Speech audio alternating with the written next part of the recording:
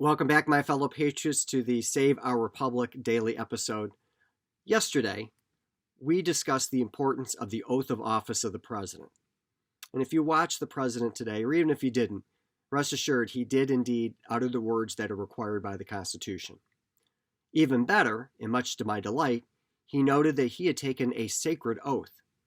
And he also unequivocally proclaimed that America is a great nation and a good people. He also recognized that we have many challenges. And then he explained that we needed to focus on unity. And I'm going to quote a large passage. If you heard it or you didn't, I think it bears repeating in this time of a toxic, divisive environment, that his call for unity is one that we should heed, regardless of what your politics are. Quote, "To overcome these challenges, to restore the soul and secure the future of America requires so much more than words. It requires the most elusive of all things in a democracy, unity." In another January, on New Year's Day in 1863, Abraham Lincoln signed the Emancipation Proclamation. When he put pen to paper, the president said, and I quote, "If my name ever goes down into history, it will be for this act, and my whole soul is in it." My whole soul is in it. Today, on this January day, my whole soul is in this: bringing America together, uniting our people, uniting our nation. And I ask every American to join me in this cause, uniting to fight the foes we face: anger, resentment, and hatred, extremism, lawlessness, violence, disease, joblessness, and hopelessness. With unity, we can do great things, important things. We can right wrongs. We can put people to work in good jobs. We can teach our children in safe schools. We can overcome the deadly virus. We can reward work and rebuild the middle class and make healthcare secure for all. We can deliver racial justice, and we can make America once again the leading force for good in the world. I know speaking of unity can sound to some like a foolish fantasy these days. I know the forces that divide us are deep and they are real, but I also know they are not new. Our history has been a constant struggle between the American ideal that we are created equal and the harsh, ugly reality that racism, nativism, fear, demonization have long torn us apart. The battle is perennial, and victory is never assured. Through Civil War, the Great Depression, World War, 9/11, through struggle, sacrifices, and setbacks, our better angels have always prevailed. In each of these moments, enough of us have come together to carry all of us forward, and we can do that now. History, faith, and reason show the way, and the way of unity. We can see each other not as adversaries, but as neighbors. We can treat each other with dignity and respect. We can join forces, stop the shouting, and lower the temperature. For without unity, there is no peace, only bitterness and fury. No progress, only exhausting outrage. No nation, only a state of chaos. This is our historic moment of crisis and challenge, and unity is the path forward. And we must meet this moment as the United States of America. And he emphasized United States of America.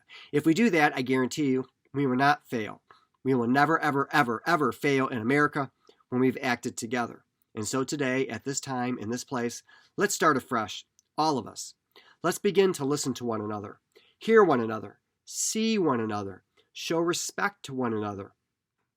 Politics doesn't have to be a raging fire, destroying everything in its path. Every disagreement doesn't have to be a cause for total war. And we must reject the culture in which facts themselves are manipulated and even manufactured. Unquote.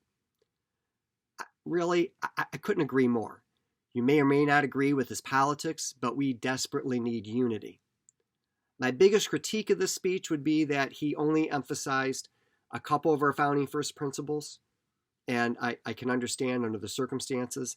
He touches on the rule of law briefly. He emphasizes, obviously, equality. He doesn't talk about limited government. He doesn't talk about the social compact really directly. He kind of dances around that idea. And he certainly doesn't talk about unalienable rights in the way that we've been discussing, or the right to, I guess he kind of assumes that there's a right to reform a government because he talks about reform, but he doesn't come out and express it. But having said all that, This speech is very much like Thomas Jefferson's first inaugural, which I addressed earlier in this series, where he said that we are all Republicans, all Federalists. A difference in opinion is not a difference in principle. And he encouraged a robust debate that would eventually unify the country behind our founding first principles. So this allusion here is quite strong with Thomas Jefferson's first inaugural. His cadence also reminds me quite a bit of Thomas Hobbes when he talks about what happens in the absence of a government, when he talks about what happens in the absence of unity and the consequences of not having unity. And I don't know if that was intentional or not, but his reflections that parallel or echo Jefferson and Hobbes are certainly welcome in the presidential address that he gave today. I have addressed it with the podcast and with my co-narrators at much greater length inaugurations in our most recent podcast of the Patriot Lessons, American History and Civics podcast, which you can find on any place that plays podcast. So I encourage you, if you're interested in inaugurations, to look there or listen there. Don't forget about my book, America's Survival Guide, How to Stop America's Impending Suicide by Reclaiming Our Founding First Principles in History, and patriotweek.org.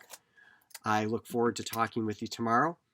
And just remember to put those words into your heart about the need to listen to each other, hear each other, respect each other.